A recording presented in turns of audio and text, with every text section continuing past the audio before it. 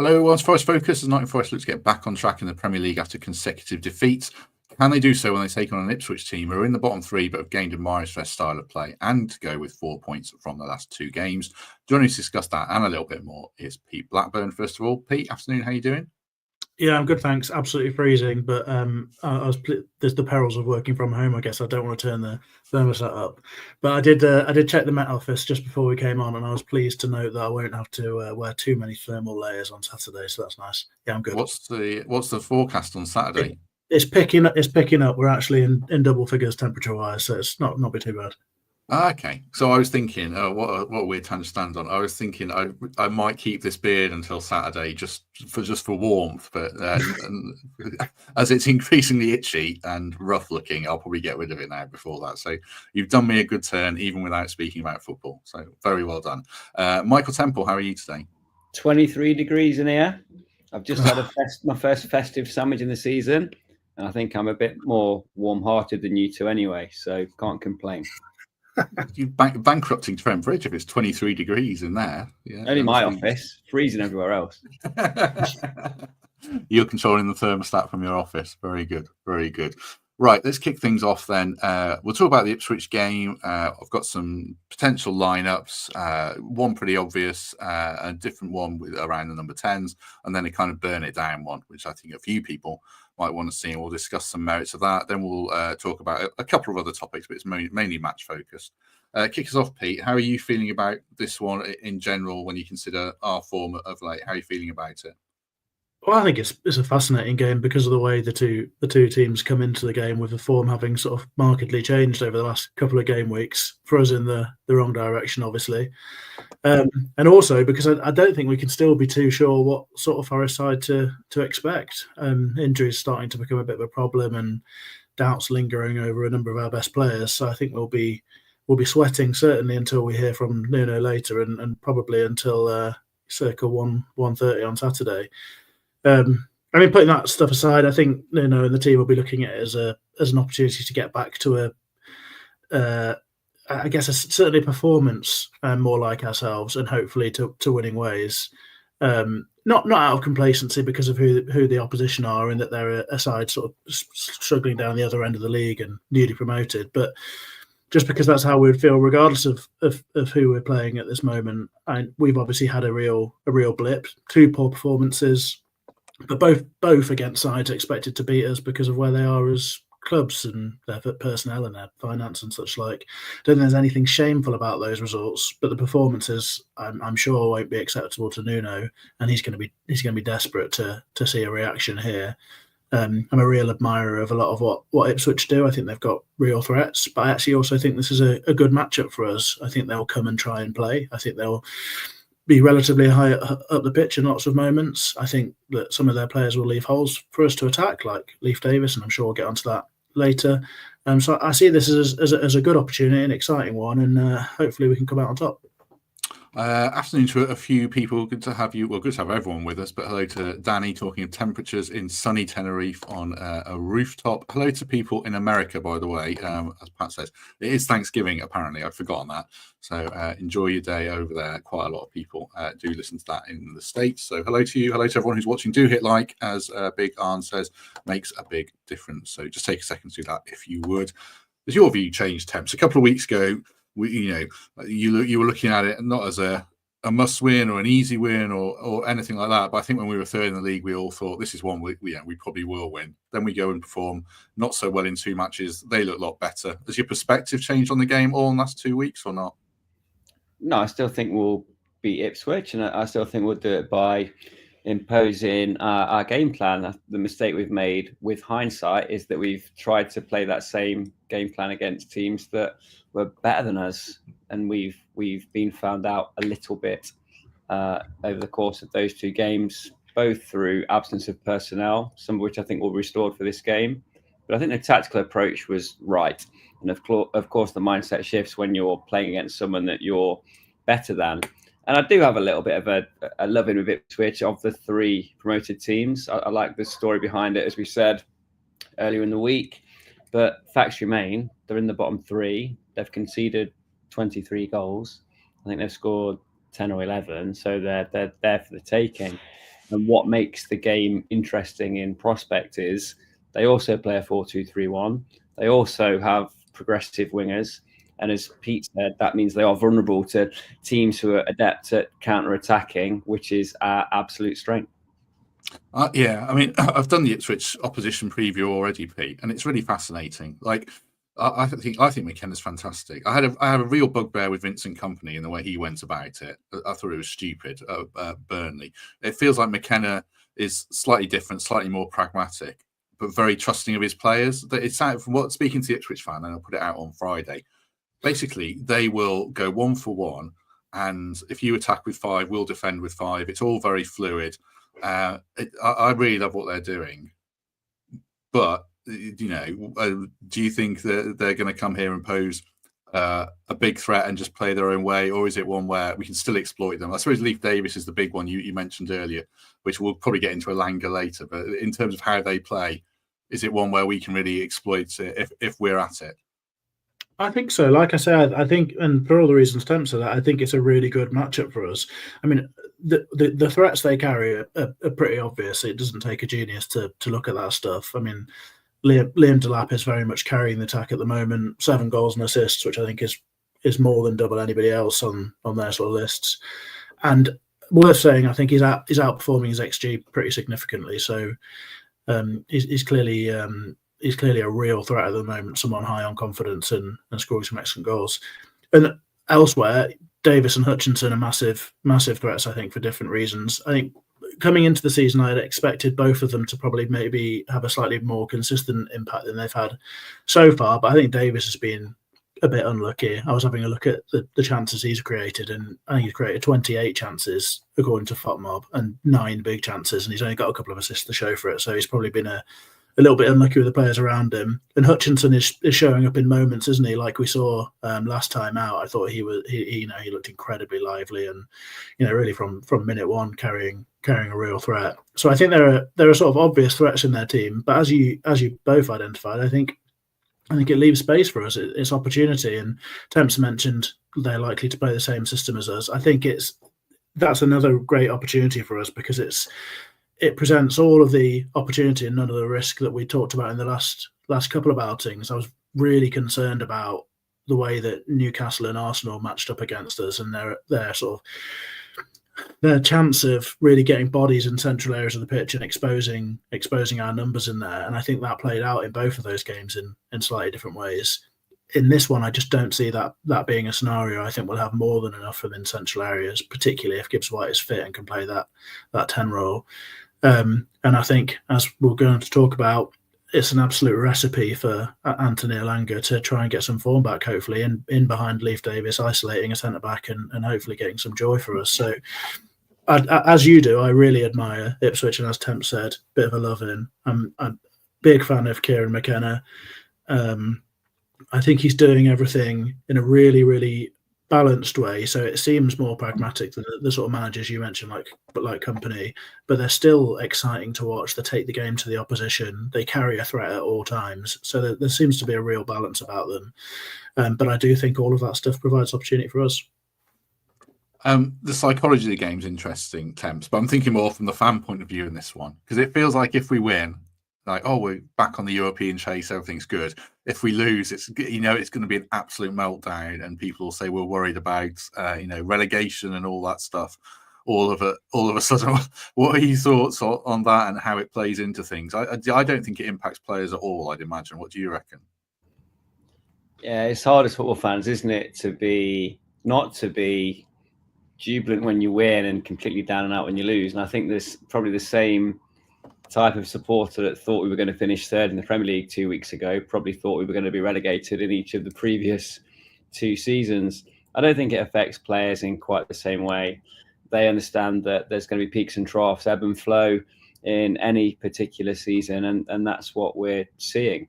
So we've got to kind of allow for some shades of grey. It's not black and white. You're not going to win every week or lose every week when you get a team to our point in the maturity cycle, if you like, where they've earned the right to be in the Premier League and now they're trying to kick on. So for me, irrespective of the result on Saturday, win, lose or draw, I still think we're heading for that 50-point bracket.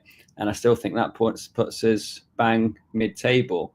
But we're not in a position or fighting for a position where the phrase "must win" needs to be used. Ipswich should be respected, but we're better than them and should win. But this being football, there's a 25% chance, 30% chance that we don't. So I accept that. But yeah, maybe I'm a little bit more nuanced than some, but my confidence is there. I think we're going to beat Ipswich, but I won't be a doom monger if we don't. Yeah, and also as well, Pete, I think Temps is right. Like recent results have shown, like Newcastle lose to West Ham and look absolutely rubbish against West Ham, who looked absolutely rubbish, and then they show up. It's so much on the day, isn't it? I think Ryan Yates said that when he was on here as well. You just don't know how a game's going to pan out. You've got to start a game the right way, and yeah, I think Danny's right here. It's if the performance is there, then I think we win. That's the point I'm trying to make, really. Yeah, looking at that sort of Newcastle West Ham Forest triangle, it's a bit like the sort of linear heavyweight champion of the world trying to work out who's come out on top of that is impossible. I'm not sure. Does that mean that we're awesome or that we're terrible? I don't know. I think I make you right about all of it. Look, I think we need to try not to be quite so reactive, because it's a bit mad, isn't it? When we were third in the league, we weren't gonna win the league. And if we lose this game, we're not going to be in a massive relegation battle all of a sudden. It'll be 3 games. It's obviously not ideal to lose 3 games in a row if that happened.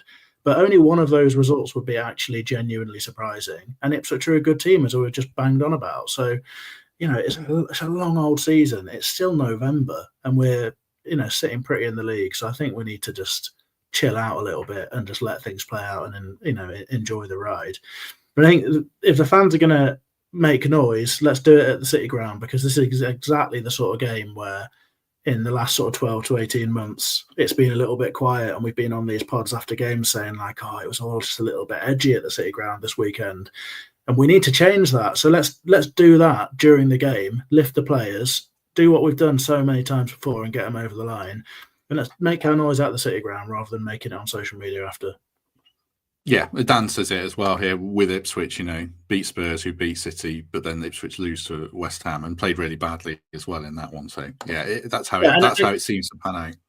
I mean, if you look at the Ipswich form over the last 5 games, they've obviously had a couple of good results, but they've also lost to Brentford and Everton, I think, in that sort of little set. So things just change so quickly. There's no reason to think that we might totally turn that on its head and dish them an absolute beating at the weekend. Like, I just think anything can happen, and we just need to sort of try not to overreact too much.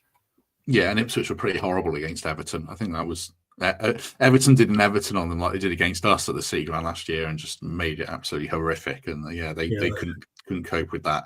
One extra thing about it, Temps, as well, playing devil's advocate a little bit, is after this game we've got City away, United away, Villa at home, Brentford away, Tottenham at home. You don't want to go into that run on the back of 3 defeats, because it could snowball. I know you can spin narratives about City obviously and United, but tough games to come, and you don't want to be losing 3 in a row going into those, do you? You don't want to lose any game irrespective of the sequence. Also, we can't get back into this mindset of trying to avoid defeat. I don't think Ipswich are. I think their mindset is to try and win 2 games out of 10 rather than draw 5 games out of 10 to accumulate their points. Maybe they'll be found wanting in trying to do too much too soon without sorting that defensive solidity. But if you go back to Forest in that first season, we started like this, and then we decided in and around Christmas that we should look to shut up shop, play a bit more, be a bit more defensively minded, and value the clean sheet more at the expense of a bit of adventure. That's not where Forest are now, and particularly because of the start that we've made. If we're going to kick on, we don't now become risk averse. We keep picking the wingers. We keep having a flat back 4. We keep having that blend in midfield that gives Morgan Gibbs-White some freedom to be creative and to express himself. So of course we don't want to lose 3 in a row, but let's just go out and be positive. Let's try and win rather than avoid losing. Just before we go into our lineups, then just a quick reminder that on Saturday, straight after the game, free entry at the Trent Navigation for Beatles Dub Club, and here is what you can expect.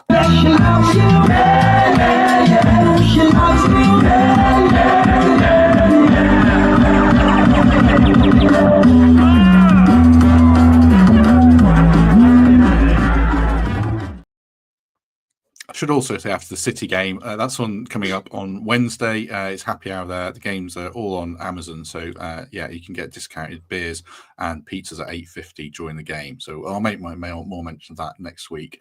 Right, let's go into some lineups then. We'll start with probably the obvious one, I think, and or maybe not obvious, but the one that we've picked certainly. So we'll talk around that, and then we'll look at some alternatives. Some people are going to say we're defending Elanga too much, but this is the team that myself, Pete, and Temps, hand on heart, would pick. They submitted it separately, and it was already the team in my head. So it would be Sells in goal, Aina, Milenkovic, Murillo, Alex Moreno back four, Dominguez and Yates in midfield, Elanga and Hudson-Odoi wide, Gibbs White, if fit, in behind Chris Wood. Pete, what's your thinking? Because some people like that team, some people are going to hate it. Yeah, I know there's been a few comments in the last few pods about us being some sort of cartel, ganging up together to support Elanga and whatever. Look, for me, you often mock me for taking ages to think about this nonsense that we do. And I know, as you say, not everyone will agree, but for me, this was the easiest team to pick for weeks and weeks. I know there'll be demands for Jota in particular, probably, but for me, it just slots really obviously into place. I doubt anyone's going to be disputing the back five at this point. Maybe there'll be the odd shout for Nico Williams, but given that the last couple of games have been a bit problematic, but I think that pretty much picks itself, and stability is a really good thing to have there. For me, I think the central midfield options are obvious. Those two, Dominguez and Yates, have a real decent body of work together in recent weeks. Obviously, we've struggled in the last couple of games, but before that, I think both of them had been making a really good impression and really solid contributions to, well, three wins in a row. So I think they're an obvious partnership to continue there. There's not an awful lot of threat from elsewhere because James Ward-Prowse obviously came in last time out and had a bit of a stinker. And I doubt Anderson's going to be fit enough to start. I'm sort of assuming the best we can hope for is that him and Gibbs White share the minutes at 10.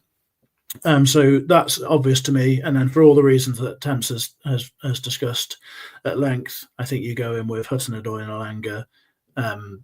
That's our biggest threat if we get it right.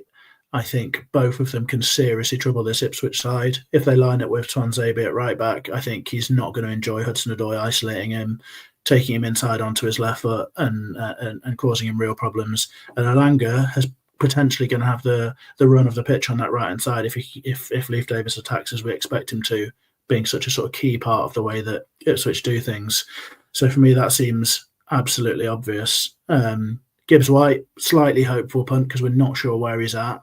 I heard a couple of whispers that he's been training a fair bit. So if that's true, then great. I don't know whether that is true or not.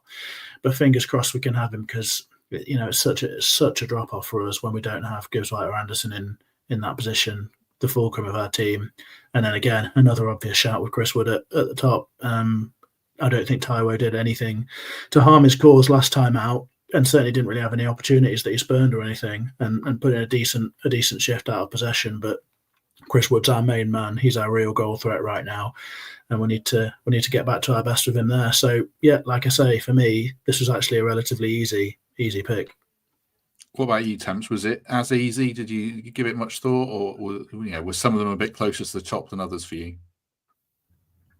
There's a couple of players that come straight back in if they're able to. Chris Wood, who's tired rather than injured after that the travel that was required to get back from New Zealand. Gibbs White, of course, comes back if he's fit. I think some consideration will be given to Jota, Anderson, and to a lesser extent Nico. And I think it's valid on a performance basis that Taiwo and Ward-Prowse drop out of the side. So yeah, there might be a surprise sprung. It wouldn't be much of a surprise, would it, if Anderson, Jota Silva or Nico were to come into this side? I think Marino had a tough time marking Saka. Lots of players do. I think one thing that's untouchable is the keeper, the two centre halves and the right back. I think they continue to be the bedrock of this side. And Yates and Dominguez have ran, tackled and grafted their way into this 11, and they're here to stay. The Anthony Elanga debate, this is the game in which he thrives. And if you're going to put him in against teams where he's going to have limited ball and be derided if he doesn't make good use of it, you have to let him have the opportunity to run in behind against teams like this who are a bit more adventurous, look to counter press and stay high when they lose the ball, and do exploit their fullbacks a little bit. I think this is a game that's tailor-made for him. So I'd be really, really surprised to see him dropped. Silva's done nothing wrong. When he's come on, he looks lively and adventurous. But I think part of the attraction is that he's a different profile of player that runs at tired defenders. And he's that little bit like pleasantly unstructured and just pops up everywhere and looks to make an impact in the last 10, 15 minutes of games. He still has that role to play for me. I would just pick Elanga over him because I just think over the course of 75, 80 minutes that he's going to play, he's going to have a chance to exploit Ipswich's style and his opponent far more easily than he could against Newcastle or Arsenal. Yeah, I agree. I think that I wouldn't be necessarily picking Elanga if it were a different opponent, but it feels like a game for him. I wouldn't be surprised if Jota does start because Elanga hasn't been as good as last season. I think that's probably a big thing. I don't think he's been as good as last season. I don't think he's been as bad as people are making out, but I could see why Jota certainly would start. We'll get on to some other lineups. I mean, it's interesting that no one's really lobbied for Ward-Prowse to feature there. If Gibbs White is out and Anderson's out, and I think Anderson, like Pete says, sounds like he's more likely to be out than that. There's a team where you put Jota in at number 10. Would you go for that, Pete, instead of playing Ward-Prowse as a more who would be the more advanced one? I don't know actually. Would Dominguez be the more advanced one of those three probably if you went with the same three as Arsenal, or would you like to see Jota as a number 10 if Gibbs White isn't available? Well, last time out it was Yates who took on the advanced role, particularly out of possession, wasn't it? When we had that was more of I think that's more of a tactical thing, wasn't it, to try and press their deep lying midfielder potentially. I think. Yeah, I think it's because you can be trusted to do that disciplined role, and it's really, really important, isn't it? If you've got that line of four, the whole point is that you're trying to stop them coming through the middle. But yeah, just to say in response to a load of the comments, if Anderson's fit, he's playing for me. But I'm just working on the assumption that it doesn't feel that likely that he's going to be fit to start. So he's certainly be in the team if he's available. Yeah, look, I think for me, I'm not hanging James Ward-Prowse out to dry by any stretch of the imagination. I mean, he's clearly not had a massive impact in his time here, but it's also been really disrupted by his availability for various reasons. He played very little football before coming back into the team last time out, and clearly that was a real struggle for him. But it's a pretty big ask for somebody who's obviously going to be rusty against the team who were performing at a very, very high level with world-class players going up against them in those positions. But I still wouldn't pick him for this one if the case is that Gibbs White and Anderson aren't available. I think this is the team that you have on the screen with Jota playing in the 10 that I would play if needs be. I agree with Temps about Jota. I think there's probably an element of him being a sort of shiny new toy that and that sort of general thing about players being better when they're not in the team in the whole clamour to get him in. I think when he's come on and made an appearance as a sub, he's always made a decent impact on the game, but it hasn't always been out of sort of necessary quality that he's brought. Sometimes it has been, and I've really enjoyed his sort of willingness just to have a pot shot, for example. I think that's something that we really don't do enough of in those sorts of moments when things are a bit broken and there's space, just have a go.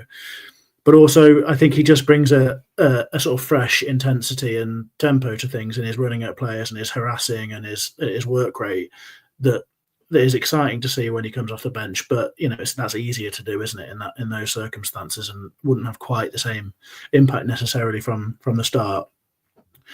But in these circumstances with no Gibbs White and no Anderson, I think the onus is on us to take this game to Ipswich and to really try and find a performance and a result, and I'd play Jota in the central role there. I think he's more suited to that role than he is to playing out wide right. Personally, I think he perhaps lacks a little bit of that real direct pace to play in that wide right role. So I'd quite like to see this happen. Ideally, I think I'd like to see Jota play that role in a cup game to get a real sense of things. But yeah, I do think this would be my sort of second choice if our two sort of talismanic 10s aren't available.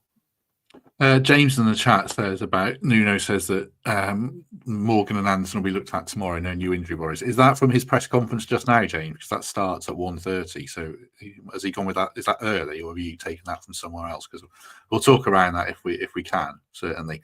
So we'll come back to that potentially. A couple of people in the chat have seen temps saying about Anderson and Gibbs White playing together. Anderson as a 10, Morgan as an 8, which I'm not averse to. My only worry there would be, do you want to start 2 midfielders who are potentially half fit and can't finish the game when we've only got one on the bench? Would that be a concern? I don't think in an ideal world he'd start 2 players coming back into the side. He's used Anderson as a bit of a make weight, hasn't he? For example, the game we lost to Fulham at home with Gibbs White unavailable, he started with Chris Wood and Tybor up front in more of a 4-4-2. And Anderson was kind of pegged to the right hand side, so probably not. I don't think he does. I think Jota Silva is probably ahead of him by virtue of fitness rather than form necessarily. But he wants Elliot Anderson in this side because he's probably the most dynamic central midfielder since Danilo's injury concern, in the sense that he can make an impact in all of the thirds. I think he's good as that deep lying playmaker role, coming and taking the ball off the defenders. He's a progressive dribbler and he can play the creative balls in and around the box. So my hunch is that Gibbs White starts, but Anderson doesn't. But I'm pulling that out of thin air because none of us are at the training ground. I expect with the consistent form of Dominguez and Yates, they will both start, which really only leaves one place up for grabs, and we're backing Gibbs White to fulfil that if he's fit enough to do so.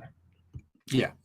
It looks like that is a fresh update. So thanks very much for that, James. So Nuno hasn't given anything away on either player, which I didn't necessarily think he would. So we'll just have to monitor that and come back to it at another time. Right, I have done one of the lineup, which is a bit of kind of a burn it down lineup and make loads of changes that some people have touted in for a few of these or all of these or whatever. But I'll read this out.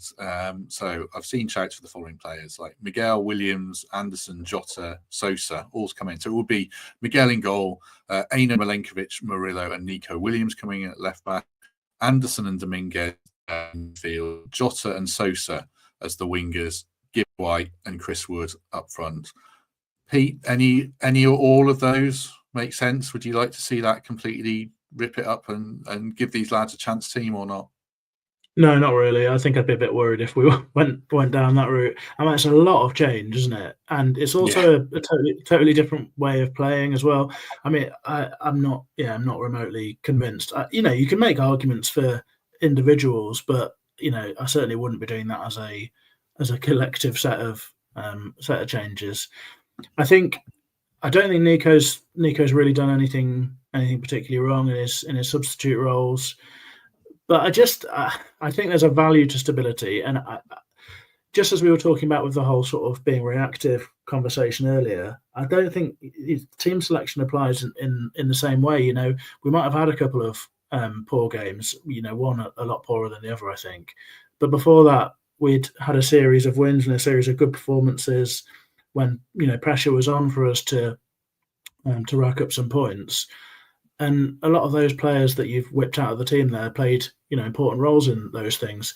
So I wouldn't be desperately surprised if at some point soon Nico gets a run out in one of the fullback positions because, Aina's fitness can be up and down, so that could always be a problem. But I wouldn't drop Marina for him at this point, I don't think.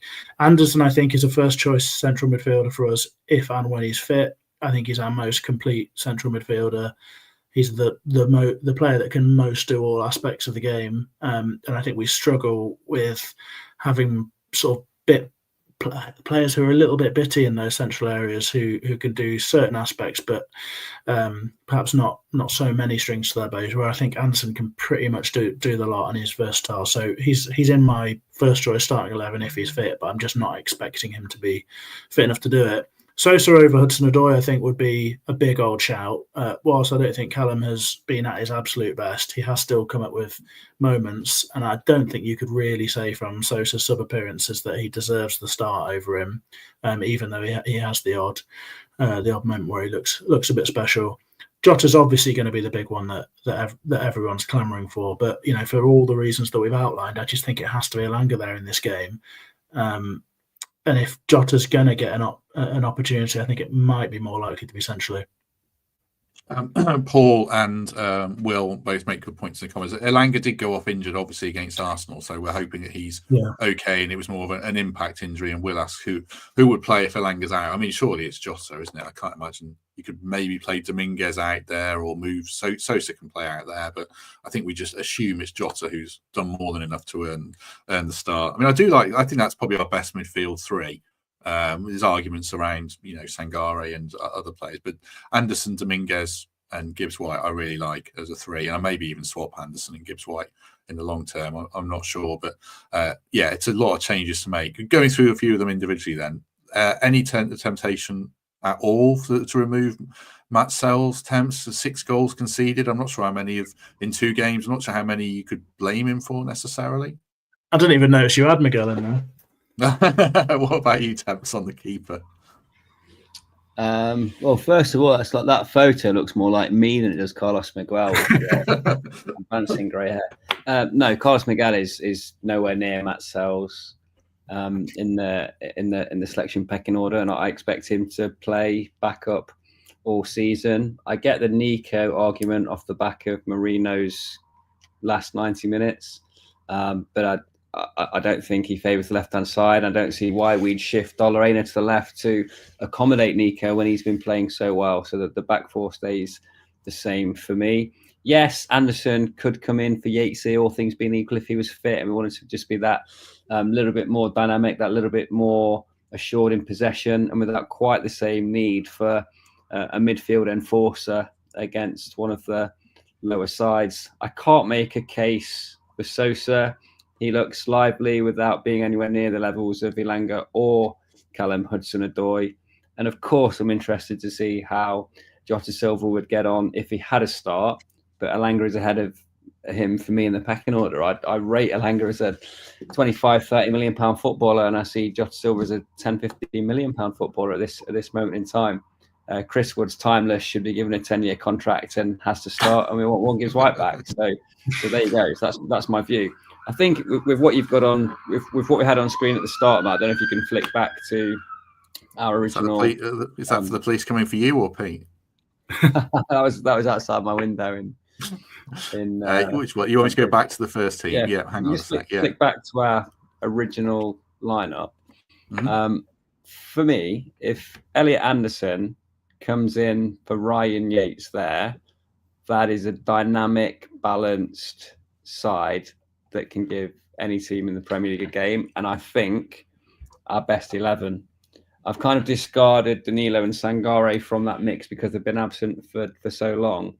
But I do have a suspicion that the team that Nuno would most like to name at this moment in time is Anderson in for Yates in that 11.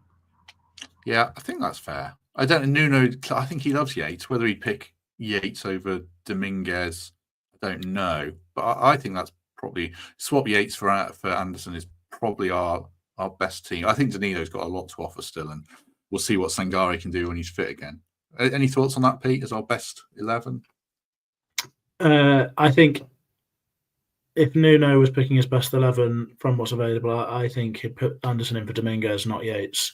That's not a reflection on what I think of them, but I think he would feel that Yates brings a little bit of balance in terms of the sort of slightly more disciplined off the ball work. Dominguez can be a little bit erratic, I think.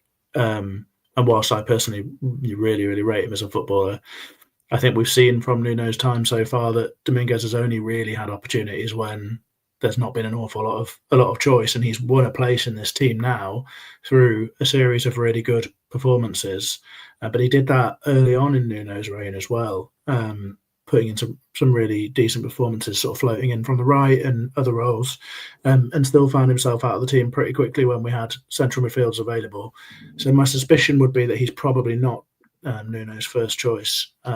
But this is he's had a decent run of form that perhaps has changed his mind on that.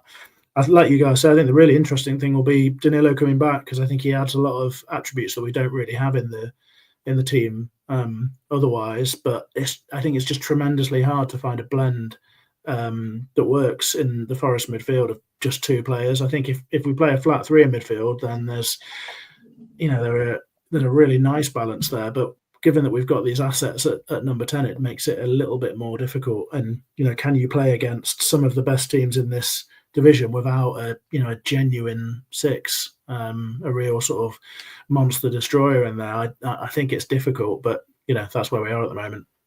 Yeah.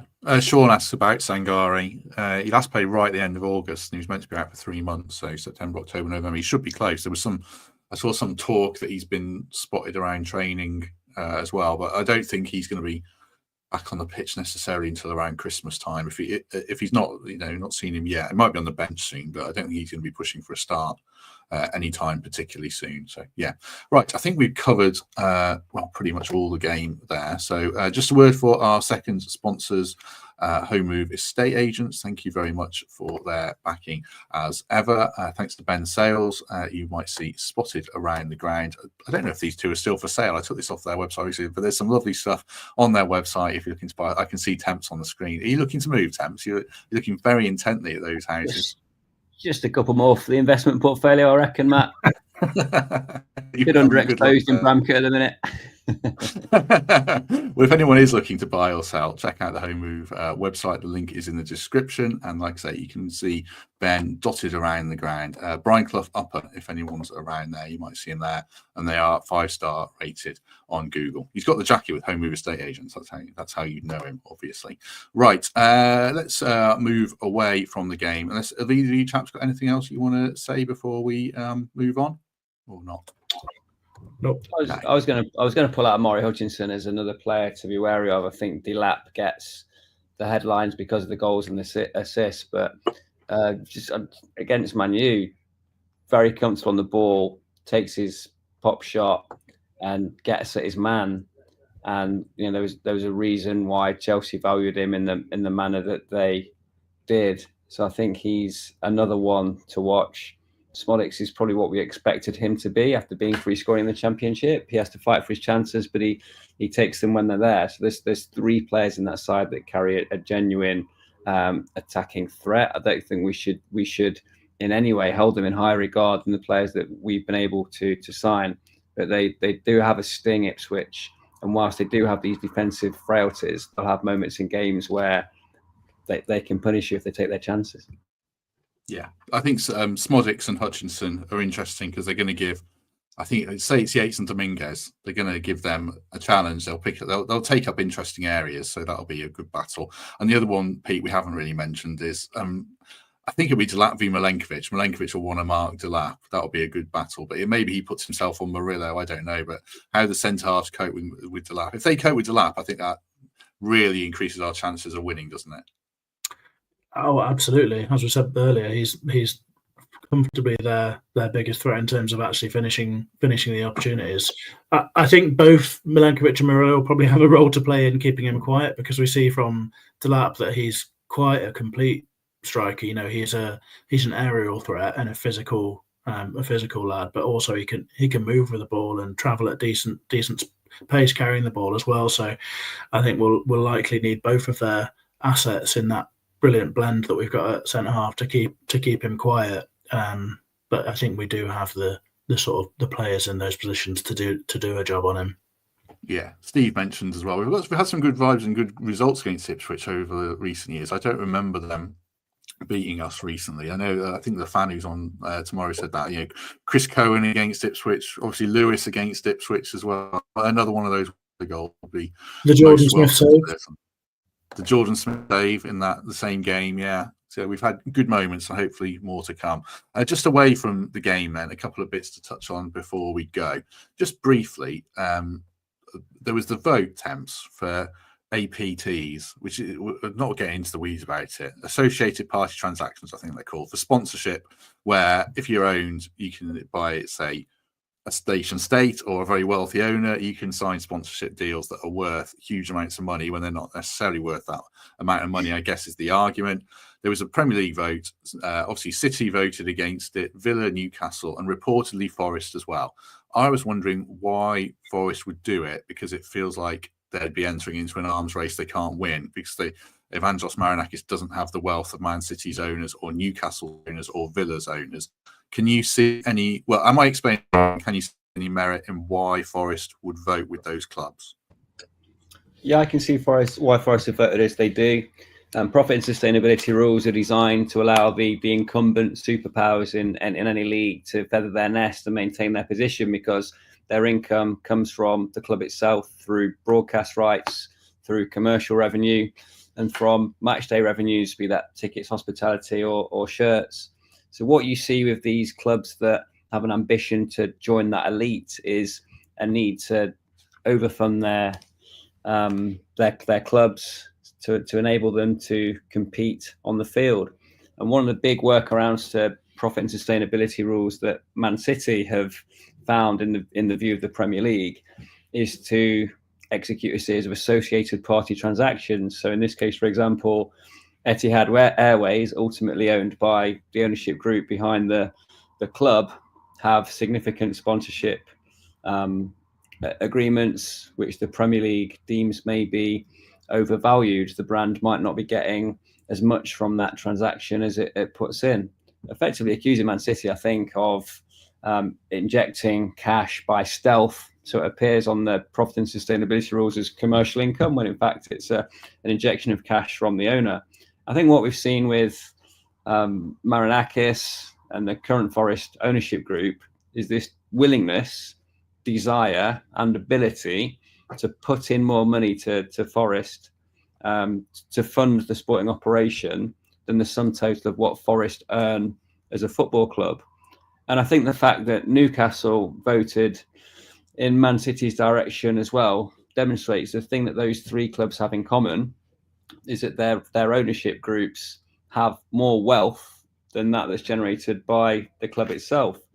So whilst Forest don't have, the big Greek shipping company on the front of their shirts, there'll be an attitude amongst the Forest ownership that they should be free to put cash into the club through associated party transactions, and also that it's a vote against those traditional top six clubs that sit back and take cash through global sponsorship sales, through global shirt sales. And Man United and Liverpool are probably the best examples of this, by having a network of fans all over the world based on sustained success in the 90s, noughties, and 2010s. So I don't mind that we're part of that group. That's the group of, rebellious upstarts that want to try and join that Premier League top 10. And they don't like the fact that the incumbent clubs have had it their way for too long. So it didn't go in Man City's favour and therefore in Forest's favour. But yeah, that would have been the motivation for Forest voting as they did. Yeah. I mean, I don't like that countries can buy football clubs and put all their wealth into it, but then there's an argument, why can't Marinakis do it? Why should Marinakis do it? I don't know. It's a complicated thing around the Marinakis ownership more than the Saudi ownership, I think. I mean, I don't mind. I'll see down in the comments. I actually don't mind PSR in that sense, to level the playing field. But you temps might argue it doesn't level the playing field, particularly the rules the way they are. Any thoughts on it, Pete, or not? I mean, it's very complicated. Any thoughts on it? No, nothing to add to what temps have said, really. No, I'll leave it there. Yeah, that's fine. I mean, you could go into directors' loans or ownership loans and shares and how it all converts, because Everton and Brighton would suffer from that. But I'm pretend I've got the knowledge around it to go into any great depth. So we'll move on. Just briefly as well. Go on, Pete. I was just going to say, I mean, I can certainly agree with you that nation states shouldn't own football clubs, but we're a long way down that horrible road now. So here we are. Yeah. And, we need another 2 hours to discuss that, certainly. Briefly as well, Forest of Tom Cartledge has left the board. Michael Duggar, I don't even know how you say it, actually. Michael Duggar has been promoted to the board. He's a former Labour MP. used to work in the music industry, used to be Shadow Secretary of State for Culture, Music and Sport, also has very close ties to the gambling industry. He was the chairman and chief exec of UK Gaming, or whatever it's called, sorry. A few fans have reacted negatively to that. Pete, I imagine, it might not sit well with you having someone close to the gambling industry involved, or not? Am I preempting your thoughts on this or not, if you have any? No, you are a little bit. I mean, I don't think I would rule out someone as being involved in your football club just because they worked in an industry once. And I've no idea if his role at the football club is anything to do with having a network in that industry. I think I'm on record as saying I'm not a big fan of football's relationship with the gambling industry. I think it's very, very questionable and problematic, but I don't think we need to tie that into this piece of news. I interviewed Michael Duggar a couple of times, maybe 2 or 3 times back when I was at the Post, actually. I mean, he certainly seemed a very genuine Forest fan, someone who had the club very close to his heart. Obviously, I think he was MP for Barnsley, wasn't he? Yeah. I remember he's very, very close to Gordon Brown during the New Labour years. But he's someone who's had very high profile positions. As you say, DCMS is a role that may have brought him lots of contacts that can be useful for the football club. He's someone whose CV makes sense to be in a role at a club like ours. So I can't say much beyond any of that, to be honest. But I think it's good for football clubs to have boards made up of genuine expertise, and if that expertise is tied with supporting the club, then that's generally a good principle. But I can't claim to know him well, and I have no idea if there's a particular relationship, a particular sort of causation for him having the role of his relationship with the gambling industry. Yeah, and he's certainly a genuine Forest fan as well. I've seen him on Twitter and in my mentions for years. He does watch all the games. Do you know him, Temps, or any thoughts on it at all? I don't know him. The gambling thing is an ever-present. It's the easy money in a sponsorship sense. You've seen how many of the clubs have front of shirt gambling companies. Front of shirt sponsorship has been sold to gambling companies. That's going to come to an end pretty soon when the rules change. I think they're still permitted to be on sleeves of shirts, and it's that gambling does a lot of harm to a number of people, but it's a very relevant service for the demographic that watch football. I'll have a £10 ACCA at a weekend. I haven't got a gambling problem, and it's fun and enjoyable to me. It's a delicate balance that people take. The interesting point I was going to mention, and I suppose something that Ipswich Town and Forest both have in common, is that while ostensibly neither club is for sale, both have seen massive rises in their value by virtue of the on-field performance over the past 3-4 years. And I wouldn't be surprised if more of these ownership groups the world over are taking a look at these two clubs who've moved from the position they were at to the position they are now. And obviously always very interested when there's a change in the board. Wasn't surprised to see Tom leave the board. He had his period as chair, and he was front and centre, wasn't he, around the developments they were looking to make at the City Ground. He also runs a huge group of companies that demands his time and his attention. So that was a tricky balance for anyone to strike. And we all know Nick Randall's history with the club and his commitment to getting Forest to where they are now. So I don't read too much into this particular appointment. They've lost a director and needed to appoint someone else to the board. He's got a good standing in the industry. I think he was an elected MP, wasn't he, in Yorkshire as well. So interesting to see that move that Forest have made. But I'm not trying to start any rumour, and I've certainly got no inside information. But you do wonder if Forest are now ripe, if not for a change of ownership, for some kind of cash injection from the kind of group which can kick them on to a level still, having got to where they are from where they were as recently as 2022. Oh, interesting. I don't know. It's an interest thought. Perhaps one to explore. I don't know if would they be even open to it. Would Marinakis want that? I guess he would, wouldn't he? There was talk of feelers around PSG owners a couple of years ago, wasn't there? And stuff like that. So yeah. I don't necessarily have to give up control. I mean, so if he's bought 80% of a firm for round numbers, £10 million, and now he can sell 10% of that firm for £10 million and de-risk it. All theoretical, of course. There's definitely a market in which someone makes an offer that he's interested in. I don't think he's looking to lose control. I don't even necessarily think he's looking to sell a single share. But it's clubs like Ipswich and Forest where there's been such a movement in the size of the turnover and the quality of the on-field achievement that makes them prime for suitors that had no interest in previous years to take a second glance now. Yeah, that 10% is worth more than 10 million as well. Sorry, Pete, go on. I don't think there are any football clubs in the pyramid who aren't open for investment, and there are very few who aren't open for sale. I think that's just the reality of it. It's just about the numbers, isn't it? Yeah. I mean, massive pie in the sky. But if they were to sell the club now, they'd make such a huge profit from what they paid for it, and they go down with a massive legacy as well. So yeah, but just we're talking, very hypothetically there. A couple of things, Temps. It's interesting. Your weekly bet is literally 10 times bigger than mine. It shows your either your income or your risk aversion or lack thereof. Temps. Well, not the £10 a lot. So yeah, that was noted. And Pat says get you on the board as well, Temps. But many years to come. I don't know. A few more grey hairs before that happens or not. Happy where I'm sitting, mate.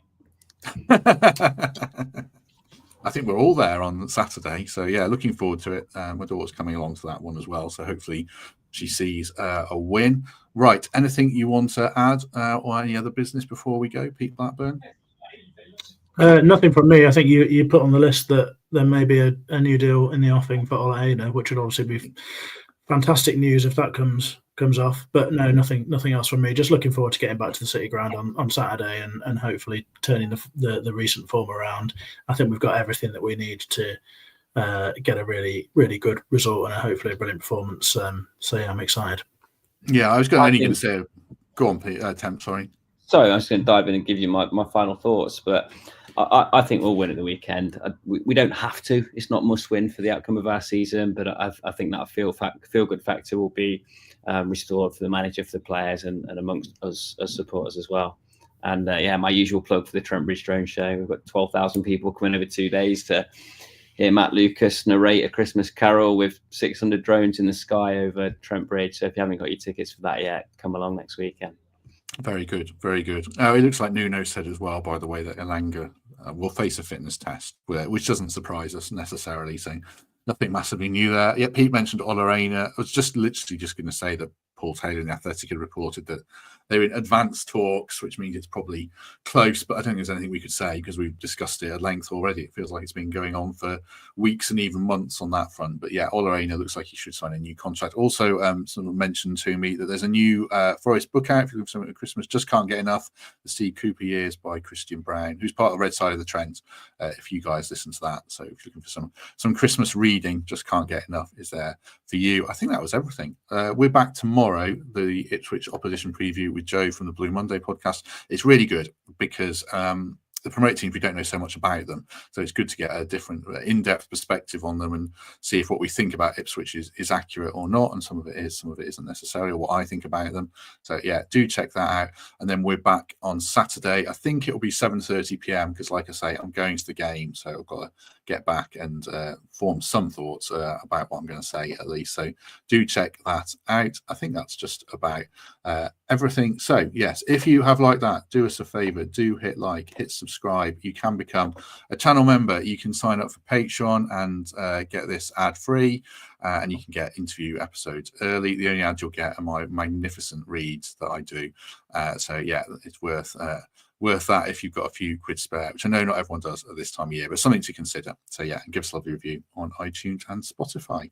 Right, Pete Blackburn, thank you very much. Thanks for having me, and do join us for a members feed tomorrow as well, if you're a member. If you're not, become a member. Yes, me and Pete are going to find something to talk about for the top tier members. So that'll be good, I'm sure, when we think of something to say. Michael Temple, thank you very much. I'm not a channel member yet, but if this hacker comes in on Saturday, I'm going to buy every house in Ben Sales' window and become your leading contributor. How many teams do you put in your ACCO each week? 25. Every week?